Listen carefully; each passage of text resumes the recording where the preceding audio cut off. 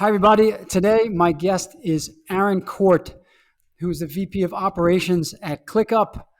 And if you haven't heard of ClickUp, probably you've been living under a rock for the last couple of years. It's one of the hottest names in SaaS. Aaron is just a few months into this role. Most of his tenure at ClickUp has been as the director of marketing, and we're going to talk a lot about marketing here today. And Aaron was also one of the first 25 employees. Today, he's more or less running all the operations at ClickUp, which I imagine is a pretty daunting set of responsibilities. So anyway, Aaron, welcome to the show.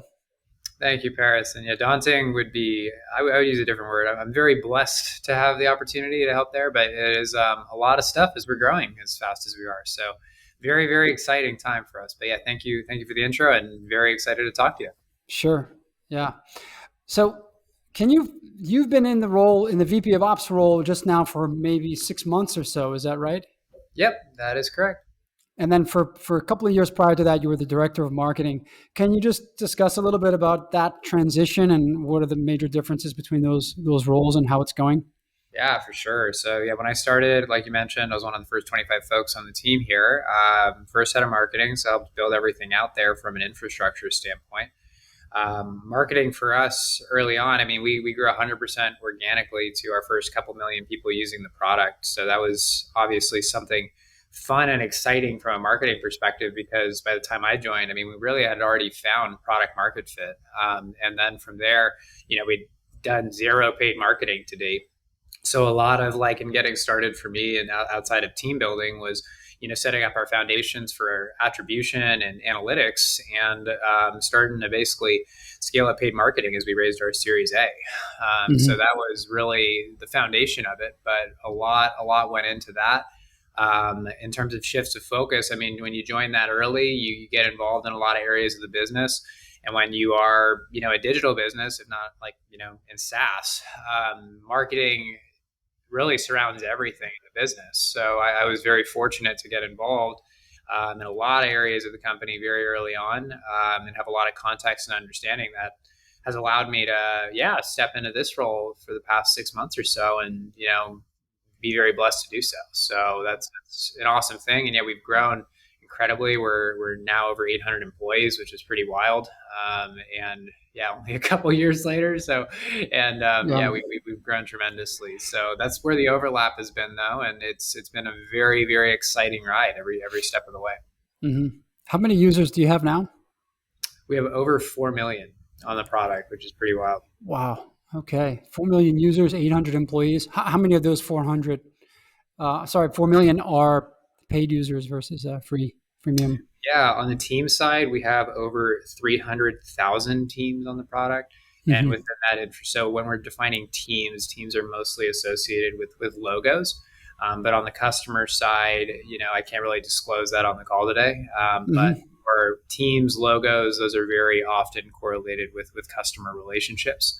But that's the best way I could explain it for where we are today. Yeah. So that's still less than 10%. So really this product-led growth is a major driver because 91, 92% or so of that user base are on the freemium product. Can you talk a little bit about that? How do you manage those freemium users and what signals alert you all to try to upsell them into paid plans?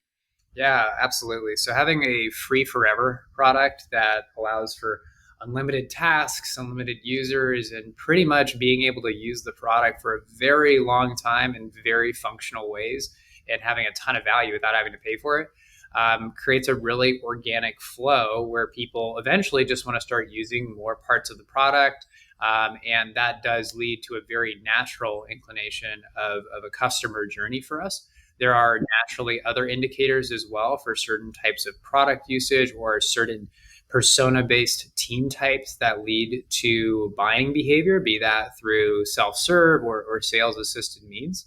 But on a very high level, the product really does that itself through how it's structured. And from even when we're thinking of sales, direct relationships outside of the bottoms up self-serve side of things, it is also based on the same motion, surprisingly. But it's really all based on usage, trying the product, and having a workspace as the primary foundation for every behavior. And then naturally getting people to use the product varies in a number of ways. And happy to talk through those if interested. Yeah, I'm very interested in that, and especially how that connects back to your acquisition marketing. Yeah. And the next question would be then those signals that are the best predictors of people who would graduate from free forever to paid plans. Are Mhm. those signals sent as offline conversions back to the ad platform so that they can bid to value rather than just bid to a blanket target CPA or something like that? Yeah, absolutely. When we're bidding on ad platforms, we're bidding for a number of conversion objectives. The workspace acquisition is the primary piece, but we do optimize for the best quality of users within the workspace acquisition piece that allow for the highest predictability to lead to paid customers, ideally, which is basically just serving better ads to the right people at the right time. That info is being fed back to ad platforms to learn, and basically, as you spend more on ad platforms, though, in general, your quality of conversion will increase over time. But nothing atypical there. Mostly just invested very early on, like we said, into attribution analytics. And most of our data is coming from our internal data for how we're making those decisions. The ad platform data, more or less, we look at as a barometer, but not as our source of truth. So a lot of what we're using as a source of truth is in our internal BI and in our attribution platform. And then whatever's living in the ad platforms and what we're providing to the ad platforms is actually relatively limited in comparison to what we're mostly using on our end, which is, again, a third-party attribution platform, and then internal BI that basically plugs into that. Mm-hmm. Would you mind describing a little bit that tech stack, particularly the BI tool and the attribution tool? Yeah. Yeah. Attribution is literally done through a platform called Attribution App that we use. And then internal BI is mostly just having an open API, that going into Snowflake. And then from there, we're taking that data in Snowflake and visualizing it in Tableau and QuickSight, which are just two different sources. It's nothing too crazy, to be candid with you, but it's mostly just having that data that's being essentially collected through, like, it's almost like a net, and then that's then going to Snowflake, and then we're visualizing that data where it is most relevant and applicable to the business, because there's no boxed solution, especially in SaaS. Really, for your business over time, there are boxed solutions out there that will work to give you a foundation, just as attribution was for us for about almost when I started, and then almost a year, to where we then started to shift toward internal BI, just because it wasn't giving us every insight that we needed to make efficient decisions in terms of where we're allocating budget, if that makes sense. It does. So you were maybe using one of the off-the-shelf models before, like position-based, and then you went to data-driven attribution using your own Well, data? yeah, it's a great question and a great piece. So we actually, in attribution, there was 5 different attribution models that we could rely on, but we actually relied mostly on first touch. And the reason we relied mostly on first touch rather than last touch or position based or linear attribution, for example, is just because the first touch is most often correlated with a workspace sign up event for us. So we determined that was the most important business metric that we wanted to optimize for from the get go. And then that went into, from attributions platform, into our own internal BI, which we decided to optimize around the same attribution model. But data driven is naturally the way you need to go long term. And that's what we are building toward internally as we're speaking right now. But it's a more custom data driven model that's based on, to your first question, user behavior and those instances that we know that are more likely to lead to customer conversions, but a better quality product experience for people, which eventually leads to that over time. So that's really what it comes down to. Mm-hmm. Yeah, really interesting. I assume you all are working on or have already developed a predictive LTV machine learning model. Do you all have something like that? Great question. LTV for us is ever changing, but what we do have today is predictive free to paid conversion rates and predictive dollar amounts for ARPU that are indicators for sales and for self serve behavior on the revenue side. We just came out internally with our own internal churn prediction model as well, which is helpful. But predictive LTV is tricky. It's the one that we want to work toward. I mean, the reason you would want to go to predicted LTV is to get to ideally what's your LTV to CAC over time. We Mm-hmm. rely mostly on payback, CAC payback as our primary means, which we would also like to get to predictively. But as it is today, mostly focused on those three areas that I called out. Mm-hmm. Yeah. Well, even if you've got a relative dollar amount to the free to paid conversion rate, that unlocks value based bidding, which means then you can actually bid on a target return on ad spend. Absolutely. And while that doesn't quite get you all the way to LTV to CAC, it gets you, I don't know, more than half of the way at least, Yeah. which is still a huge win and a huge competitive advantage, I would say. For sure. And one thing to touch on LTV, I mean, we use another platform called Profitwell for Yeah. basically measuring like MRR and growth rate and our primary unit economics outside of internal BI. But the reason I mention it is because they have an LTV prediction model in Profitwell. But the challenge is our LTV is increasing every single month. And that's Mhm. because we're closing, larger and larger customer deals as a result of expansion. And that's causing our LTV to increase. So like even if we wanted to predict it today, we're still like just growing so quickly and expanding so much that it does lead to what would be a more complicated way of looking at that long term, if that makes sense. Sure. Absolutely. And I imagine also, given that you're a relative newcomer in the space, even your oldest cohorts are probably still haven't reached, full maturity or what you would define as lifetime. I mean, what is lifetime here? The product is so sticky. And the fact that, I mean, we'll transition into the stickiness of the product in a minute. But I think that given the fact that you are really rebundling so many apps into one, the stickiness factor is huge, and that means that probably it's harder to switch out and to something else, and a lifetime is going to be probably longer than the average lifetime in your category compared to Trello or one of the others. Um, Totally.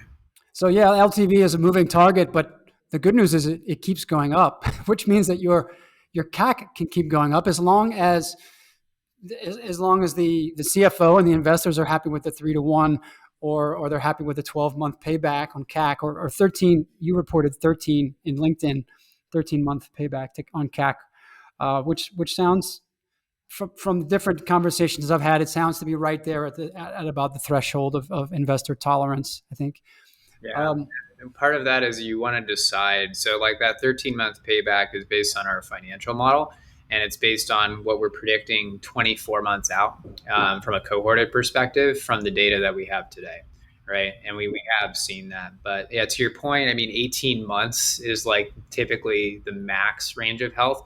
If you're scaling super aggressively, 24 months could be tolerable. wow. Okay. But it totally varies based on the situation. 12 months though or less is healthy, and that's where Mm-hmm. you want to be. It just though depends how aggressively you're scaling. We've scaled extremely quickly on the performance marketing side, and fortunately made a lot of foundational investments in data and analytics to support that.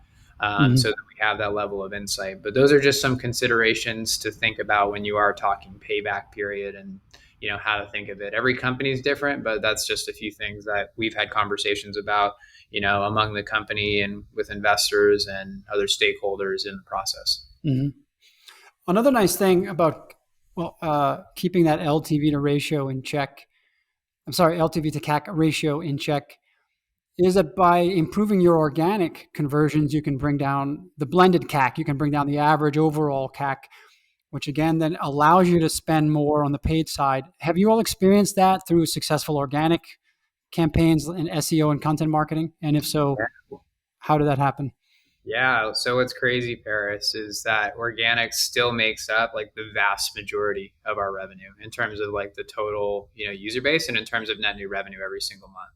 Organic for us is growing every single month. Organic also grows as a function of paid. So as you're spending more on performance, your organic lift will also increase. But we do have a very, very strong community, content marketing, and like SEO foundation that are really helping fuel that. And have continued to as we've grown. So the paid marketing and performance like layers on top of that. The PLG Organic Growth Foundation is the only thing that allows us to do what we're doing from a paid standpoint and have it be sustainable. Without that, the business would not be, near as healthy, nor would we have grown as quickly as we have if that wasn't established from the get-go alongside product market fit. Right, right. And was that an intentional decision that you all made? Because earlier you mentioned that the first big growth period to get to that first million, or I forgot exactly the threshold, but you said you got there with organic. It was all organic at the beginning. Yeah. Was that an intentional decision, knowing that later that was going to give you an advantage to outspend your competitors on paid? Yeah, it was a strategy from the get-go with the company. So when Zeb started working on this product and basically we saw what we did, his commitment was building, frankly, like the best product and doing it extremely quickly and efficiently. And having an organic foundation is simply, from a business fundamental standpoint, what goes into having product market fit and finding that early on. And that was always the strategy from the get-go. Now, was that done under the assumption that we could outspend competitors and what we're doing from a performance side long term? Sure, that was a consideration. I guarantee that went through Zeb's head from the get-go, which we may or may not have talked about, but that's something that just having a healthy business and a healthy product starts with that, regardless of what your end outcome is, regardless of how competitive your space is. We just so happen to be in a very competitive space, and that was the route we chose. But from the get-go, it always has been about building the best product, a better product. And, the thing for the product for us is one place for all your work. And that still is and continues to be the vision as we're growing. Mm-hmm.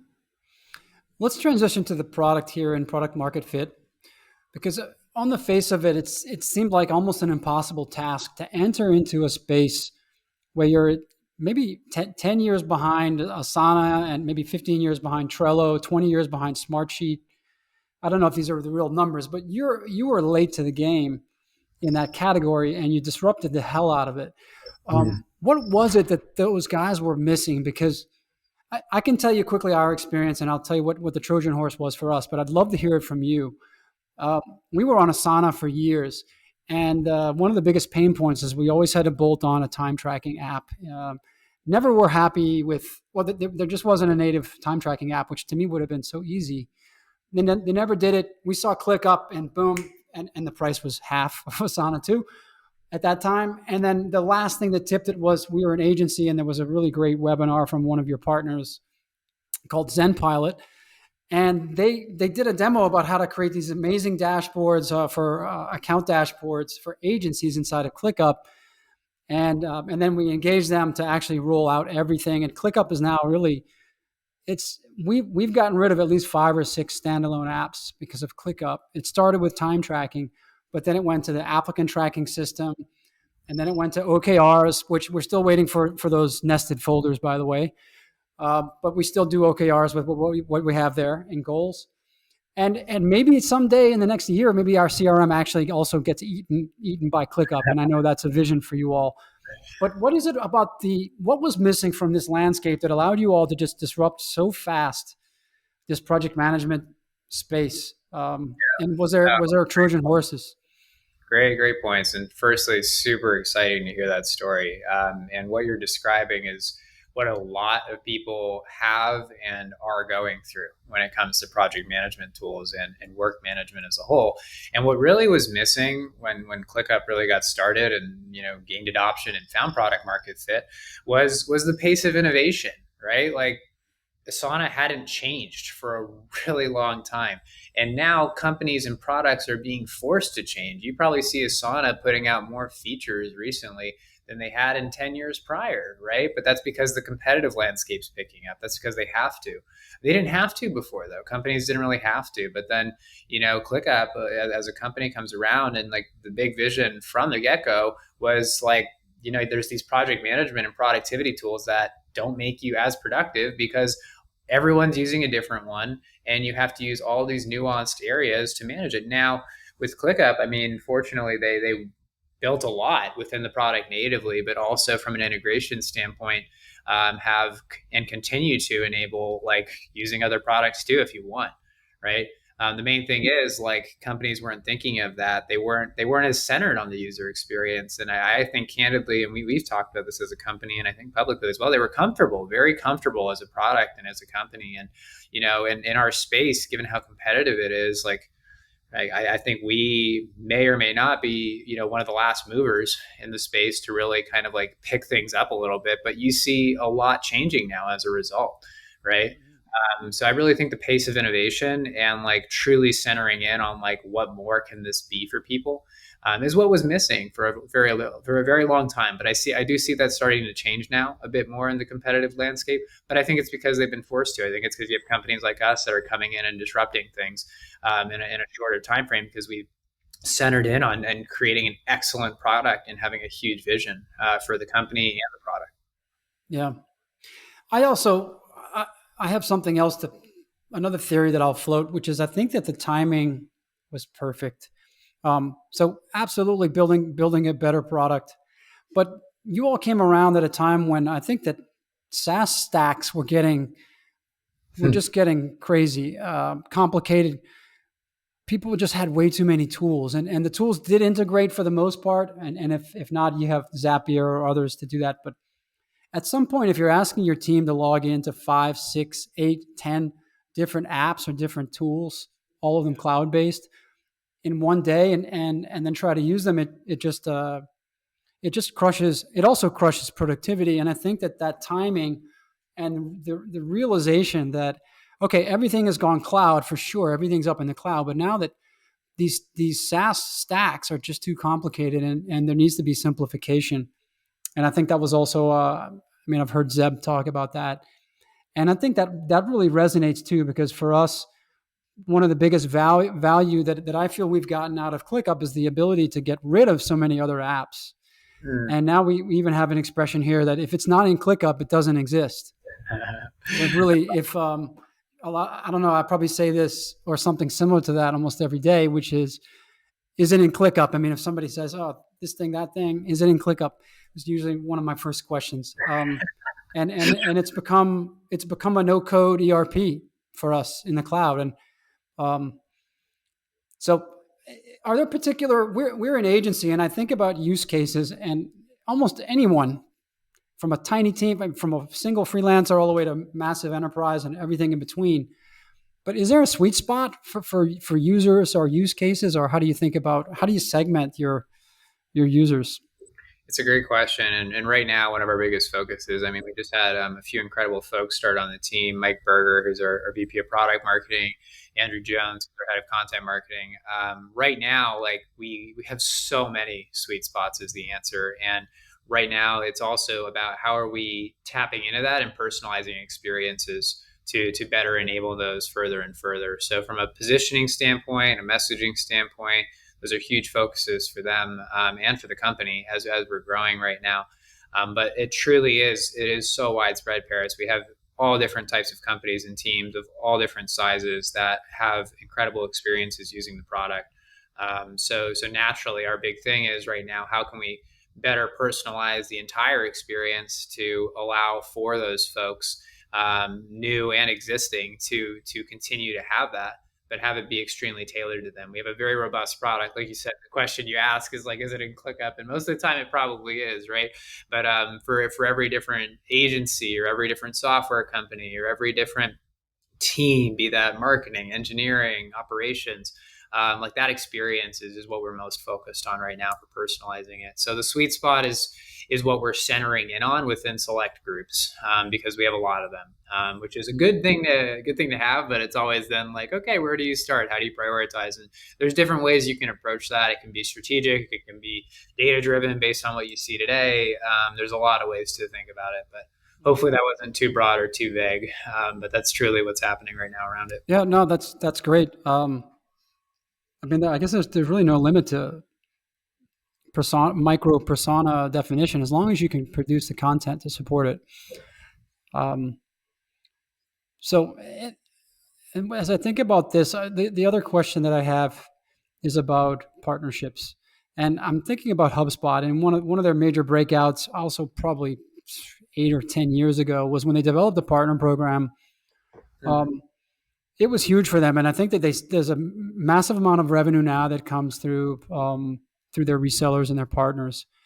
I haven't seen anything like that yet in ClickUp, but is that something that you all are thinking about or working on?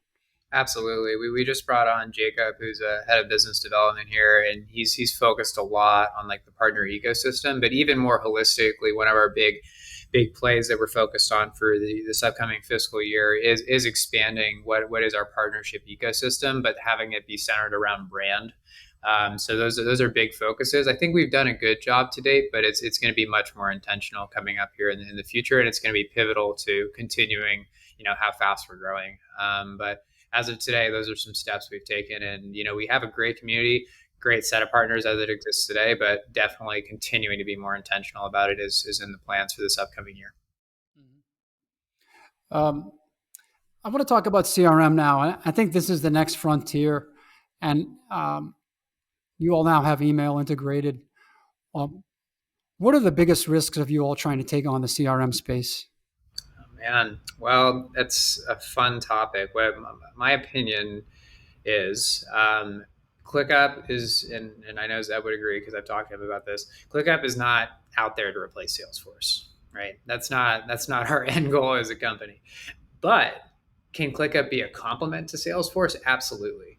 A tool that ClickUp could easily replace, I think, outside of like very nuanced reporting right now, is probably something like Pipedrive. If not even like others out there that are like simplified CRMs. Like you can use ClickUp as a very, very functional, simplified CRM for your business, but you probably will reach a point eventually of where you will need something more robust, of which ClickUp could still serve as the front end interface for customer communications, team collaboration, but probably integrated with a larger tool over time. So the vision is not to replace CRM, but it is to create more efficiency and collaboration within your work. And oftentimes it's probably not extremely efficient the way you may or may not be having two sales reps or an AE and a CSM collaborate on what's happening within a customer communication or a deal cycle. And that's what ClickUp's there for, outside of, yes, being a could be temporary or long-term replacement for a CRM. It just totally depends on the company, the function, the business case.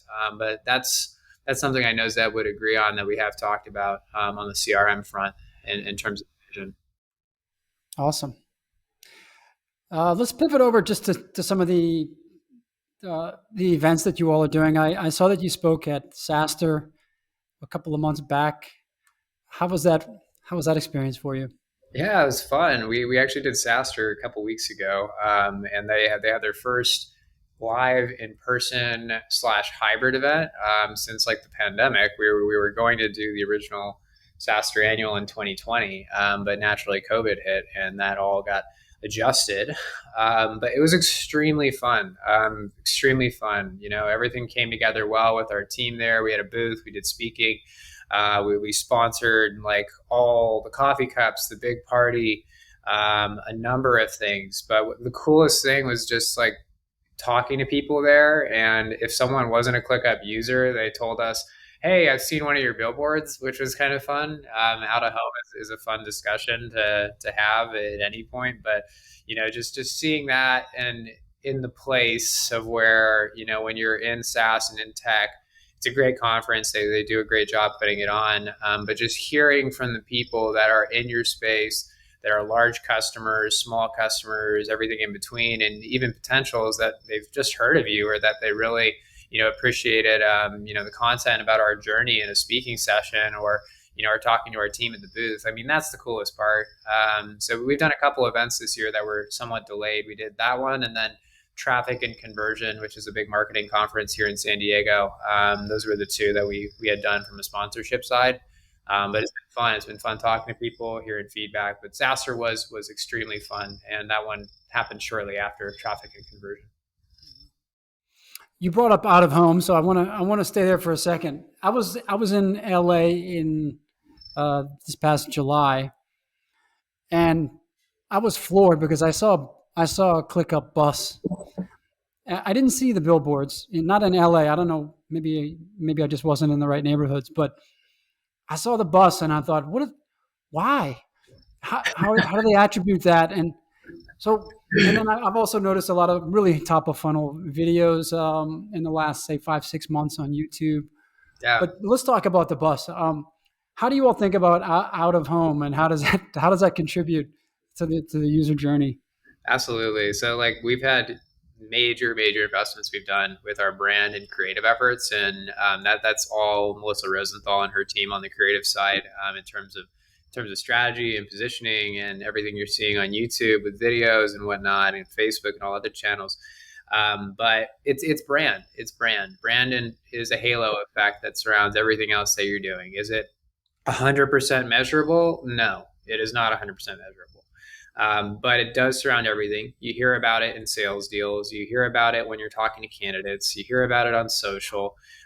So it's one of those things that's extremely important. It's what people think about you. It helps you position as you're a growing company, and could be the determining factor as to whether a large deal closes, even, or a candidate decides to come over to work with you guys. Like I've heard it all.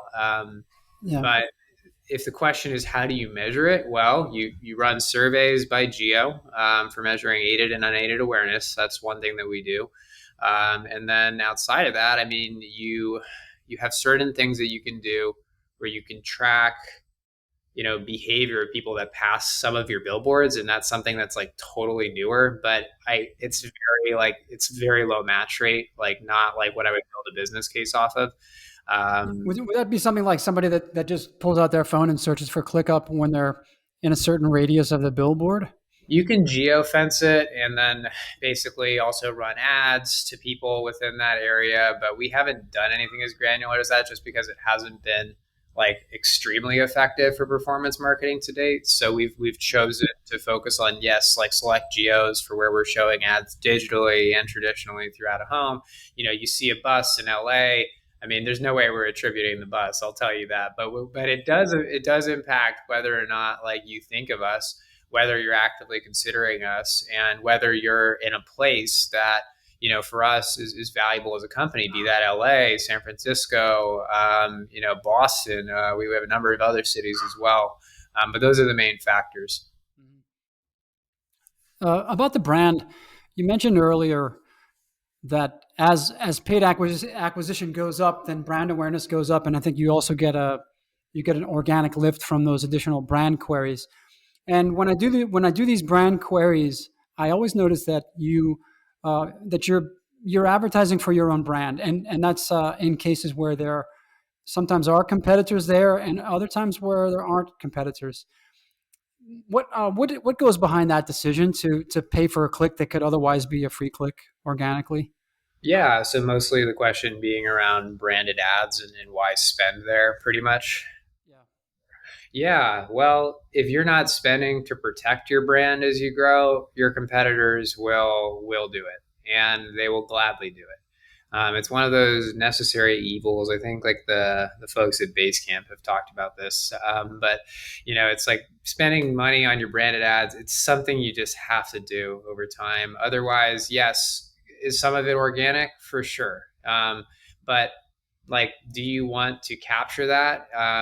Or let your competitors do it, right? It's a matter of brand protection over time, and that's a cost that you have to expect to incur as you grow and as you scale online marketing. But even if you grew 100% organically and didn't spend a dollar, your competitors will try to take light of that, either directly or indirectly, because Google or Microsoft will serve that ad either through choice or through intent, right? So it's mostly just being intentional about protecting your brand and knowing it's a cost that you will have to incur at some point as you grow. Yeah. I also think that there's even a financial imperative for that too, because we've even run tests on this that show that overall conversions, when there's an ad and an organic result, there are more clicks and overall conversions are higher, which means it is more profitable actually, even if some of those clicks are paid. And with your own brand, you're going to be given a quality score of 10. It's going to be a very cheap click anyway, and so actually, this is the most profitable part of any paid search campaign, For sure. actually. But it's incremental. It's not. It doesn't only cannibalize organic. In many ways, it's incremental, and I think if people who are wondering that should just test it actually for themselves. Um, Great. I've back to the videos and the branding. I've noticed a bit of edginess with ClickUp, um, and you've taken on some sensitive topics in some of these latest videos around coming back to work and the remote work environment. Um, how does that? You all seem to be a little bit of a rebel in the space. Just talk to me about that. What's with that positioning, and is it how's that working out for you? Yeah, it's funny. So you say a rebel, and the way that I think of that is like, is anyone else doing what we're doing? And the answer is no, they're not, right? But that's because, like, frankly, from a creative standpoint, number one, we care, right? We want to create videos and creative and brand building efforts that actually invoke emotion, that are actually relevant to what's happening right now, and making a very, very conscious choice to how we're explaining our product in relation to that. But it's mostly about truly caring, wanting to be relevant. And yeah, if we're putting an ad in front of someone, we don't want it to suck. We want it to be a great representation of the brand, but more so something that they enjoy watching, right? And that's something that is very intentional on our part. And I don't think a lot of other competitors do it because typically in software and SaaS, no one's really doing that. Their ads are boring. They're talking, and the only people that have really tried to change that a little bit, I would say, is Monday. I've seen attempts from others that just aren't as good. And then with us, we're taking our own approach, which does center around brand, it does center around relevancy, and it does center around emotion. And that's, again, that goes 100% over to Melissa and her team for focusing on that and basically creating that for what it is today. Hmm. Great. Well, the last topic I want to touch on is the Level Up conference. It's coming up, I believe, just in a couple of weeks. No, is it November 9th? Yep, coming up in a few weeks here. Yeah, we've signed up, and that's a big deal. Is there anything that you want to let our audience know about Level Up this year? Well, it's going to be an awesome conference. I mean, the whole piece of this is productivity as a centralized element. But we have an awesome guest speaker with Adam Grant, and potentially a few like really awesome others. But even on top of that, this is going to be an incredible event. If you use ClickUp, highly recommend. If you're considering, highly recommend. If you've never used ClickUp, that's okay too. Again, the whole centralized piece is productivity. And there's going to be incredible people speaking and incredible topics on it. So that would be, my suggestion. It's a half day, and I think it would be well worth checking out for any of those situations. So that's a little context. Yeah. Well, Aaron, this has been incredible. I know that you're a busy guy, so the last thing I want to leave you with is maybe just to ask you, if was there something that I didn't ask you that you wish I would have asked you, or is there anything that you'd like for our audience to know? No, I'm just always happy to talk about this stuff. And again, we as a company and myself too are just super grateful to be in a position of where we're growing as fast as we are from helping a ton of people. And myself, I'm very grateful to have helped and continue to help in the way that I do within the company. So I think you covered it. But yeah, we're just grateful to be in the position that we are and super excited for what's to come. So nothing other than that. That's great. Well, congratulations on the success so far. in the first 25, that's got to be pretty awesome. And I think the best is still yet to come with ClickUp. So can't wait to see what you all are going to come up with next. Awesome, Paris. Well, thanks for the time. And again, so awesome hearing your guys' story too. That's always like the funnest parts of these kind of things with me is when I get to hear that kind of stuff. So that's super cool. Yeah. It's really been a game changer for us. I can say that honestly. This was a major part of us growing up as an agency and getting the systems in place for our own growth and for our own scaling. And I knew that we needed something like that was going to both simplify things and also get a lot of the missing pieces in place. Yeah, so we're very happy with it. I love it, man. Awesome. Okay, Aaron. Well, you have a great day ahead, and looking forward to Level Up in a few weeks. And hope we can do this again sometime in the future. Absolutely. Very excited. Thank you, my friend. All right. Thanks.